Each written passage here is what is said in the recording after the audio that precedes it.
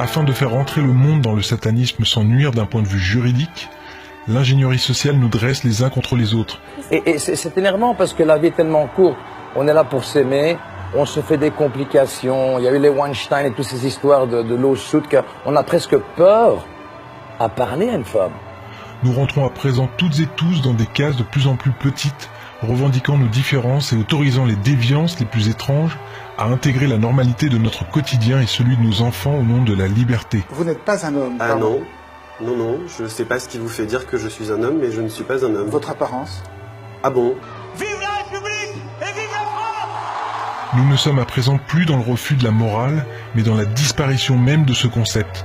Le piège finit de se refermer sur nous, les derniers vestiges du bien et du mal tendent à disparaître, on a eu beau prévenir les peuples, mais ils n'écoutent que leur maître de la bien-pensance qui, pour se protéger, vote des lois de plus en plus liberticides, nous associant à des illuminés prêts à gober toute théorie qui nous soulagerait de ce monde très très méchant.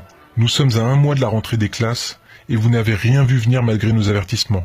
L'éducation, c'est primordial et c'est pour ça qu'à partir de la rentrée, avec Jean-Michel Blanquer, nous avons adressé une circulaire à tous les recteurs de France en leur demandant de mettre en œuvre une loi qui existe déjà, mais qui n'est pas mise en œuvre, qui demande qu'il y ait 3 séances par année scolaire d'éducation à la vie affective et sexuelle.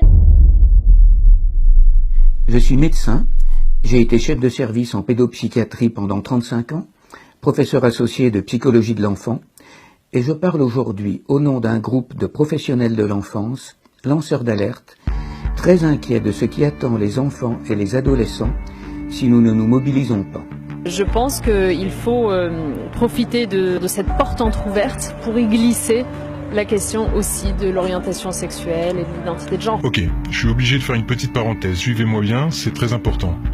Alfred Kinsey était un scientifique obsédé par l'homosexualité et l'adultère qui mena une célèbre recherche sur la sexualité des hommes puis des femmes, ce qui donnera une Bible à laquelle les médias rendent encore hommage aujourd'hui.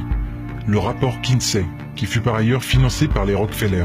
Mais ce que ne vous disent pas Slate.fr, Mademoiselle ou Psychologie, lorsqu'ils vantent les mérites de ce psychopathe, c'est que Kinsey forma des pédophiles à violer des enfants et à tenir des notes sur chaque aspect du viol. Table 34, a 4-year-old child. 26 orgasms in 24 hours. That's an around-the-clock experiment. Wow, that's torture. That's torture, you bet. Tenant un journal portant sur leur propre plaisir pendant l'acte, où toutes les réactions des enfants de tous âges sont répertoriées, qu'elles soient les pleurs ou la lutte de l'enfant, considérées faussement comme des orgasmes.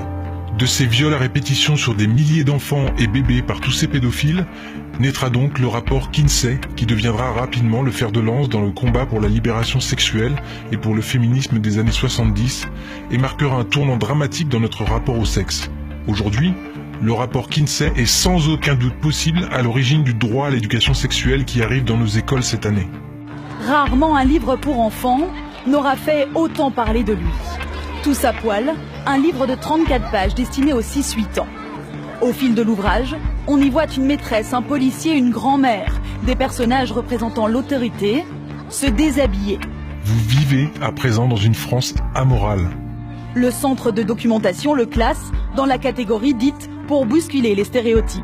Et les stéréotypes, ça se déconstruit dès le plus jeune âge. Qu'on lutte contre les stéréotypes d'inégalité, oui.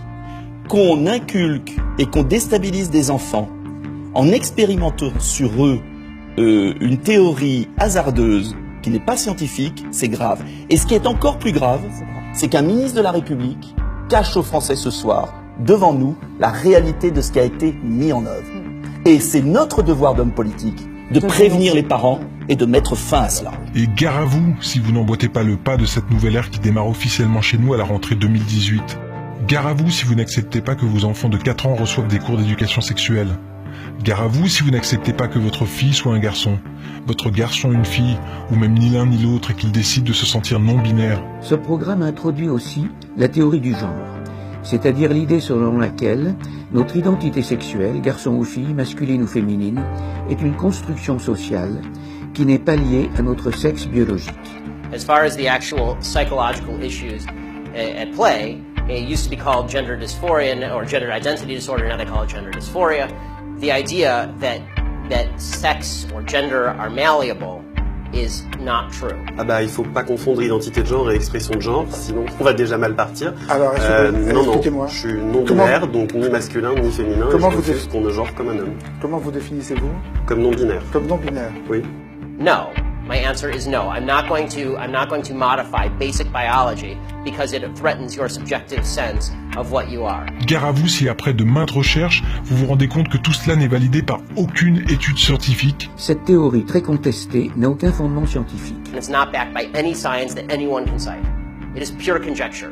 Et je pense que la théorie du genre, qui nous vient des États-Unis, et les gens sont tellement prompts à être anti-américains habituellement que je suis toujours très étonné, qu'on puisse nous dire que la nature n'existe pas et que nous ne serions que des êtres de culture. On est les deux. On est naturellement un homme, naturellement une femme, et puis après on devient un homme et on devient une femme. Donc qu'on agisse sur les stéréotypes et qu'on évite évidemment le machisme et la phallocratie, je suis évidemment pour ça. Mais ça ne se fera pas en considérant que la nature n'existe pas. Gare à vous si vous ne laissez pas mettre la main sur vos enfants pour leur apprendre dès le plus jeune âge ce qu'est la masturbation. Ce programme est imposé par les instances européennes et il est obligatoire. En France, aucun parent ne peut y soustraire son enfant. Gare à vous, car ce n'est pas une option. 8 élèves de la 6e classe se sont effondrés quand on leur a montré des photos et des images d'organes sexuels. Après une conversation avec la direction de l'école, Mélita a finalement été tirée violemment de la salle de classe par la directrice et une autre enseignante. Mais à cause de sa résistance, elle a dû purger sa peine dans la salle des professeurs pour le reste de l'heure. Pire encore, puisque le cours passé dans la salle des professeurs et une autre séance d'éducation sexuelle ont été rapportés comme des absences à l'administration scolaire, l'appareil des instances officielles s'est mis en mouvement. Après une amende pénale suivie d'un refus de paiement de la part des parents de Mélita, entraînant une accusation devant le tribunal, puis la visite de l'huissier de justice, et puis l'affaire est transmise au tribunal régional supérieur, où les parents n'étaient plus autorisés à se défendre eux-mêmes. Après une dernière demande de paiement, Eugène M., le père de Mélita, a finalement été informé que lui et sa femme Louise sont condamnés à une peine de prison d'1 jour. Et ils ont été priés de prendre contact volontairement avec le tribunal responsable. Comme Eugène M. était convaincu de son innocence, il a refusé de s'y plier et il a donc été emmené par des agents pénitentiaires et finalement emprisonné. Sa femme, Louise, enceinte, a fait l'objet de la même sentence. Il reste à voir comment les autorités procéderont à son égard à cause de sa grossesse. C'est un sentiment bizarre d'être enfermé en prison pour quelque chose dont, en fait, au sens propre, on n'est pas coupable. Et le droit à l'éducation sexuelle n'a absolument rien de libertaire. Les droits sexuels sont le droit à la satisfaction de ses désirs, alors que la civilisation et le bien commun demandent qu'on maîtrise ses pulsions et pas qu'on exige de les satisfaire. Le droit à l'éducation sexuelle, c'est avant tout le droit qu'a votre enfant, une fois son identité la plus intime brisée, à même se revendiquer un jour d'une autre couleur de peau. Non mais c'est intéressant qu'on interroge tous nos propres stéréotypes autour de la table, parce que sans même m'avoir posé la question, vous supposez que je suis un homme. Seulement par mon apparence, vous estimez que je suis blanc. That's nonsense. The transgender suicide rate is 40%. It is 40%. The normal suicide rate across the United States is 4%. The suicide rate in the transgender community is 40%.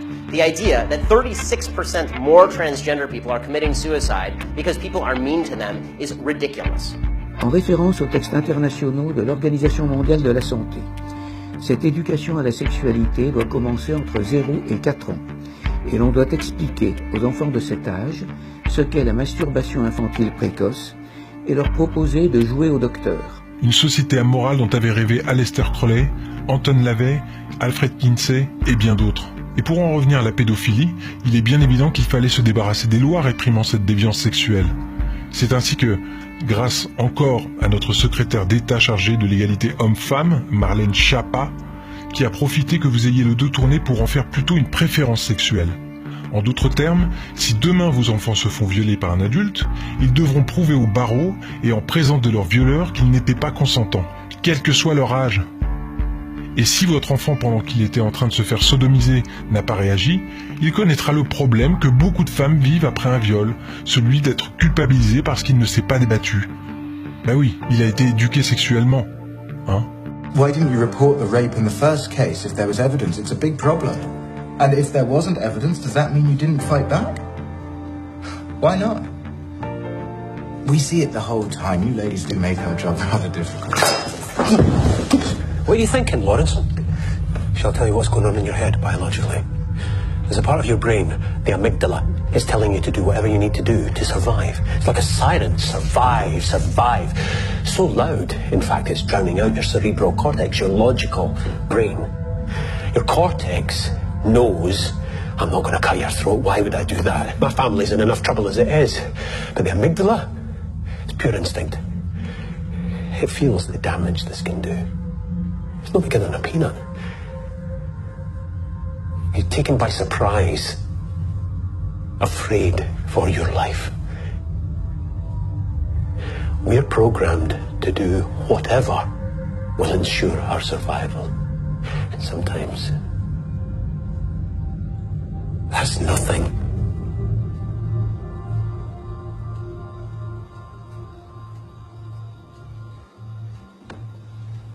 I think you've made your point.